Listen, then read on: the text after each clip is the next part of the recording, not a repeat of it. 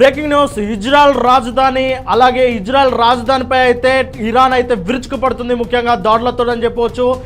ఏదైతే బాలిస్టిక్ క్షిపణులు అలాగే మిసైల్స్తో అయితే ముఖ్యంగా ఇజ్రాయెల్లోని ముఖ్య నగరాలపై అయితే ఇరాన్ విరుచుకుపడుతుంది. ఈ నేపథ్యంలోనే ఇజ్రాయెల్లోని ముఖ్యంగా నగరాలు అయితే కుప్పకూలిపోతున్న విజువల్స్ కూడా మనకు సోషల్ మీడియాలో వైరల్ అవుతున్నాయి. ముఖ్యంగా ఈ నేపథ్యంలోనే ఏదైతే రైజింగ్ ఆపరేషన్ చేపట్టిందో ఇజ్రాయెల్, రైజింగ్ ఆపరేషన్ తర్వాత ఇరాన్ కూడా అంతకు ఏమాత్రం తగ్గట్లేదు. రైజింగ్ ఆపరేషన్లో ఇరాన్కి సంబంధించిన ముఖ్య నేతలు అయితే మరణించిన విషయం తెలిసిందే. అందుకు సంబంధించి మహమ్మద్ బఘేరి అలాగే కొంతమంది శాస్త్రవేత్తలు అయితే చనిపోయారు. ఆ తర్వాత అయతుల్లా అలీ ఖమేనీ, మొత్తం సుప్రీం లీడర్ ఎవరైతే ఉన్నారో ఖమేనీ, ఆయన అయితే పూర్తిగా ఆ లీడింగ్లోకి తీసుకున్నారు. ఖచ్చితంగా ఆయన చేతిలోకి తీసుకొని ఇజ్రాయెల్పై అయితే ఆయన విరుచుకుపడుతున్నారు.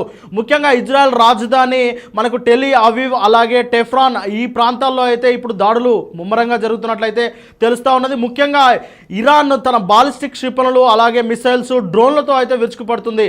దానికి సంబంధించిన విజువల్స్ అయితే సోషల్ మీడియాలో వైరల్గా అవుతున్నాయి.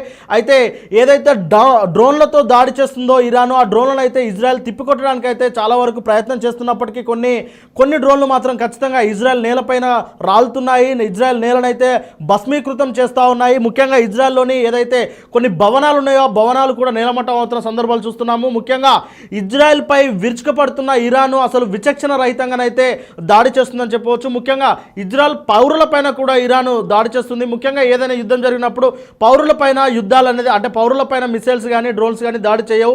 కానీ ఇరాన్ మాత్రం అందుకు ఏమాత్రం ఉపేక్షించడం లేదు. ఖచ్చితంగా ఇజ్రాయెల్ పౌరులపైన, ఇజ్రాయెల్ నగరాలపైన, ఇజ్రాయెల్ ఏదైతే రాజధాని ఉన్నదో రాజధాని పైన అయితే తీవ్రమైన మిసైల్స్లో దాడి అయితే చేస్తుంది. మొత్తం మీద ఈ నేపథ్యంలోనే ఇజ్రాయెల్ దేశ ప్రధాని బెంజమిన్ నెతన్యాహు కూడా చాలా క్లియర్గా మాట్లాడుతూ ఉన్నాడు. ఖచ్చితంగా ఇరాన్ అయితే చాలా విచక్షణరహితంగా దాడి చేస్తుంది, అసలు యుద్ధ నీతిని ఎక్కడ ఫాలో అవుతలేదని చెప్పేసి ఆయన మాట్లాడుతూ ఉన్నాడు.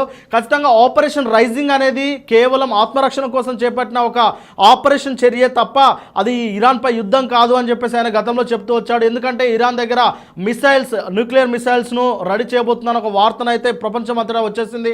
దీంతోనే 9 కేంద్రాల్లో న్యూక్లియర్ మిసైల్స్ కోసం అయితే అది ప్రణాళిక రచిస్తుంది. అందుకోసం పెద్ద ఎత్తున శాస్త్రవేత్తలు ఇతర రక్షణ వ్యవస్థతో అయితే చేస్తూ ఉన్నది.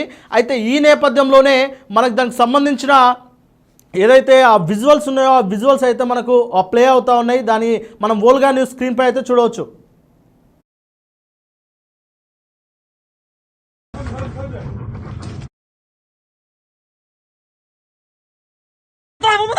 المطار جوا وي ماشي دو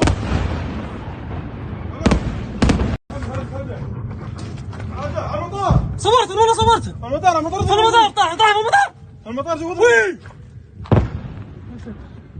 ماشي دو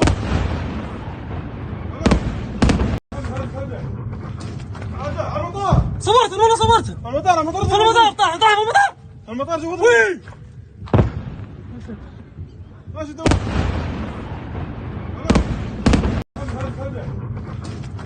المطار صورت والله صورت المطار طاح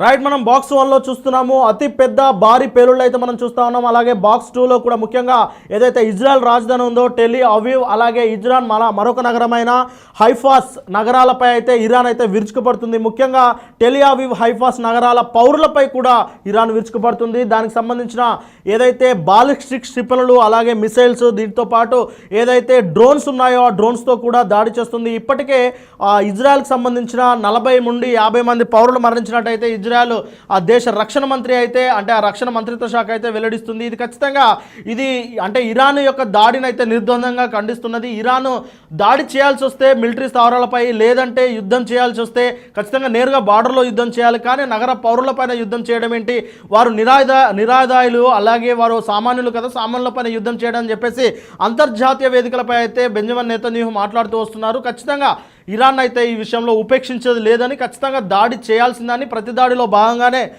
ఏదైతే మనకు టెహ్రాన్ ఉన్నదో ఇరాన్ రాజధాని టెహ్రాన్పై అయితే దాడులు భీకరంగా చేస్తున్న సందర్భం అయితే చూస్తూ ఉన్నాము.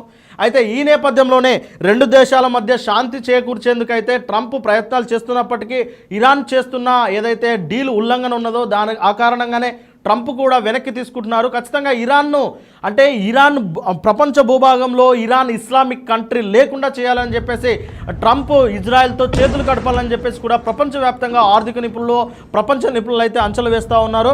అయితే మొత్తం మీద ఇది 4వ రోజుకైతే యుద్ధం చేరింది. ఇక ఎన్ని రోజులు జరగబోతుంది రణరంగం అనేది ఇప్పుడు చాలా ఆసక్తికరంగా మారింది. విషయం ఏంటంటే ఇప్పటికే ఇజ్రాయెల్ హమాస్తో యుద్ధం చేస్తున్న విషయం తెలిసిందే. హమాస్తో గత 2 సంవత్సరాలుగా ఆ యుద్ధాన్ని అలాగే కొనసాగిస్తూ ఉన్నారు. ముఖ్యంగా గాజా ప్రజలపై ఎంతటి దాష్టికం జరిగిందో మనం చూస్తూనే ఉన్నాం. అంతటి వికృతమైన చర్యలు ఇప్పుడు ఇరాన్ ఇజ్రాయెల్ పైన చేస్తుందని చెప్పేసి ఇజ్రాయెల్ దేశ అధ్యక్షుడు అయితే మాట్లాడుతూ ఉన్నారు. ముఖ్యంగా ఇరాన్కు అటు